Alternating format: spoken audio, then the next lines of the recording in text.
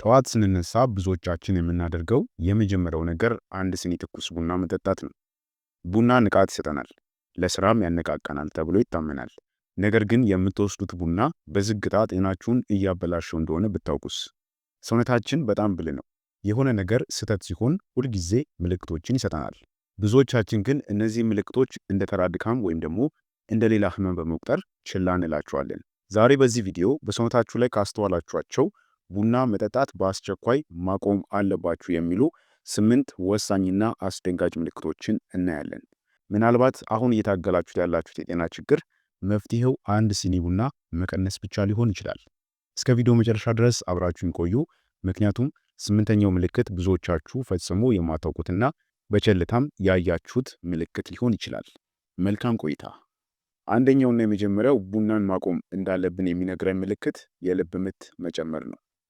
ቡና በውስጡ የያዘው ካይፌን የልብ ምትን የሚያፋጥኑ እንደ አድሬናሊን ያሉ ሆርሞኖችን በብዛት እንዲመረቱ ያደርጋል። ቡና በጠጡ ቁጥር ልባችሁ ያለ ምክንያት እንደ ከበሮ ሲመታ የሚሰማችሁ ከሆነ ወይም ደግሞ ደረታችሁ አካባቢ የመክበድ የትርታ መዛባትና የፍርሃትም ስሜት ካስተዋላችሁ ሰውነታችሁ ካይፌኑን መሸከም አልቻለም ማለት ነው።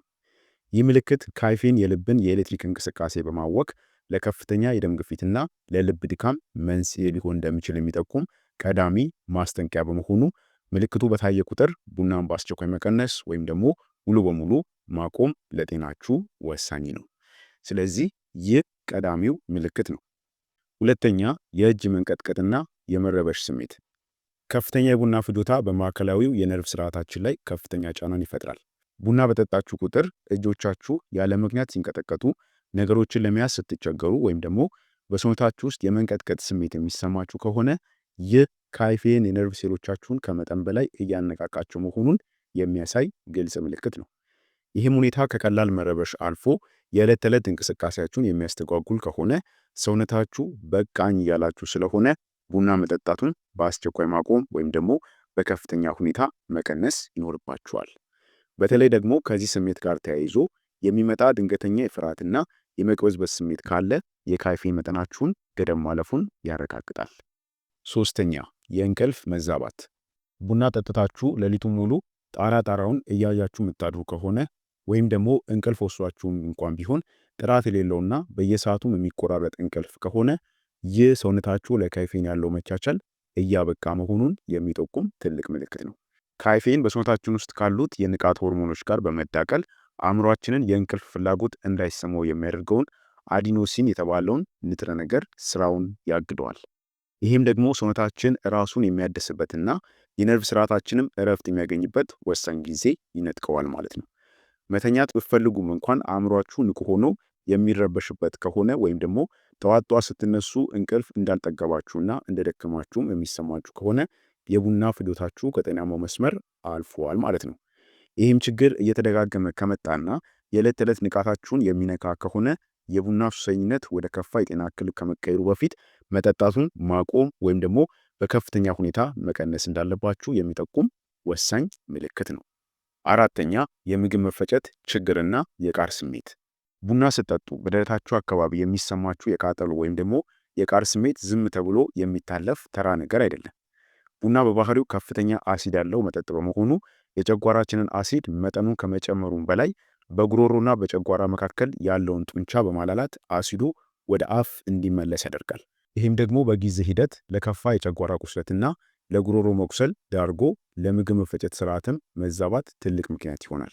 ከቃር በተጨማሪም ቡና የአንጀት እንቅስቃሴን ከመጠን በላይ ስለሚያነቃቃው አዘውትሮ የሆድ ቁርጠት፣ የሆድ መጮህ ወይም ደግሞ ተቅማጥ የሚያስቸግራችሁ ከሆነ ሰውነታችሁ ቡናውን ማብላላትና መቀበል እንዳልቻለ የሚገልጽበት መንገድ ነው። ሆዳችሁ ሁልጊዜ ምቾት የሚነሳችሁ ከሆነና ከቡና መጠጣት ጋር የተያያዘ መሆኑን ካስተዋላችሁ የምግብ መፈጨት ስርዓታችሁ እንዲያገግም ቡናን በአስቸኳይ ማቆም ወይም ደግሞ በከፍተኛ ሁኔታ መቀነስ እንዳለባችሁ የሚጠቁም ወሳኝ ምልክት ነው። አምስተኛ፣ ራስ ምታት። ብዙዎቻችን ቡና የምንጠጣው ራስ ምታታችንን ለማስታገስ ቢሆንም ነገሩ ተገልብጦ ቡናው ራሱ የራስ ምታት መንስኤ ሊሆን እንደሚችል ታውቃላችሁ።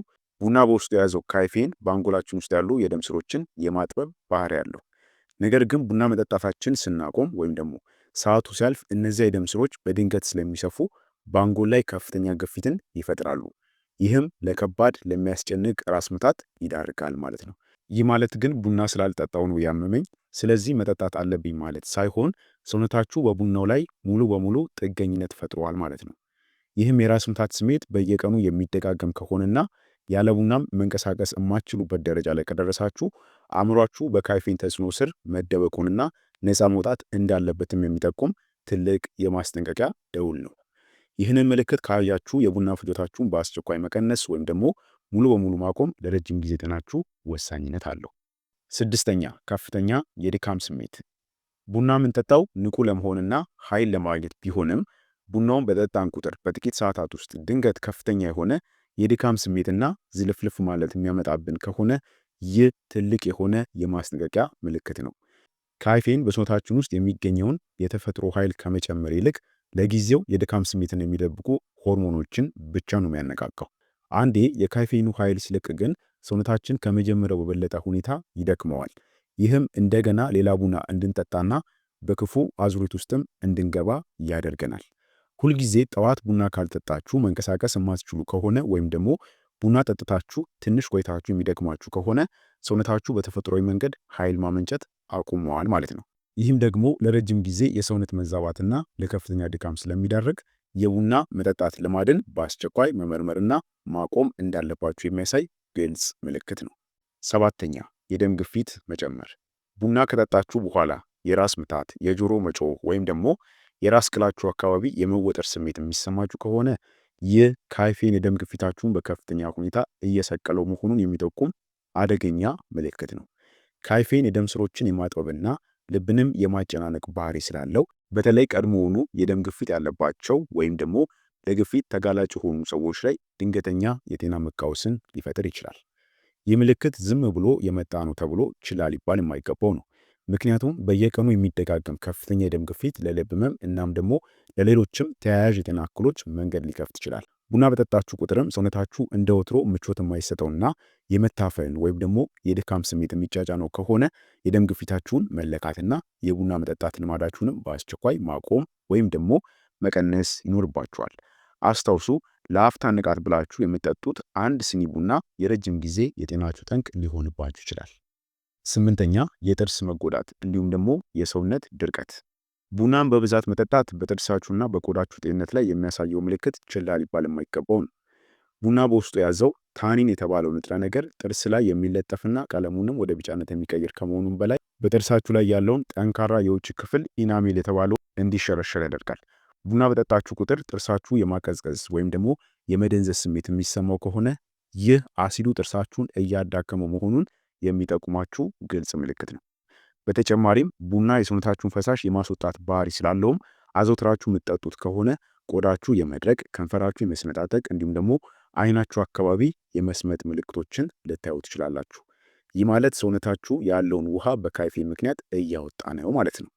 ታዲያ እነዚህን የውበትና የጤና ምልክቶችን ካስተዋላችሁ ሰውነታችሁ ከቡና ይልቅ ውሃ እንደሚፈልግ እየነገራችሁ ስለሆነ የቡና ፍጆታችሁን በአስቸኳይ ማቆም ወይም ደግሞ በከፍተኛ ሁኔታ መቀነስ ይኖርባችኋል ማለት ነው። ስለሆነም እንግዲህ ዛሬ ያየናቸው እነዚህ 8 ምልክቶች ሰውነታችሁ በቃኝ እያላችሁ መሆኑን የሚጠቁሙ ወሳኝ ማስጠንቀቂያዎች ናቸው። ቡና ለብዙዎቻችን የዕለት ተዕለት ህይወታችን አካል ቢሆንም ከጤናችን በላይ ግን ሊሆን አይገባም።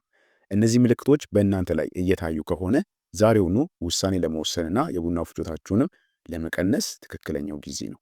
ምናልባት መጀመሪያ ላይ ቡናውን ስታቆሙት ጥቂት ራስ ምታት ወይም ደግሞ ድካም ሊሰማችሁ ይችላል። ነገር ግን ከጥቂት ቀናት በኋላ ሰውነታችሁ ተፈጥሯዊ ኃይሉን ሲያገኝና የተስተካከለም እንቅልፍ ስትተኙ የሚሰማችሁ እረፍት ወደር የለውም። ታዲያስ እናንተስ ከነዚህ 8 ምልክቶች ውስጥ የትኛውን በብዛት ይታይባችኋል? ወይም ደግሞ ቡና ስታቆሙ ያያችሁት ለውጥ አለ? በኮሜንት መስጫው ላይ ጻፉልኝ። ይህ ቪዲዮ ለወዳጅ ዘመዶቻችሁ ይጠቅማል ብላችሁ ካሰባችሁ ሼር ማድረጋችሁ እንዳትረሱ። ለተጨማሪም ተመሳሳይ የጤና መረጃዎች ደግሞ እንዲደርሷችሁ ሰብስክራይብ በማድረግ ቤተሰብ ሁኑ። ስለተከታተላችሁኝ አመሰግናለሁ። በቀጣይ ቪዲዮ እስከምንገናኝ በጤና ቆዩልኝ። ቻው።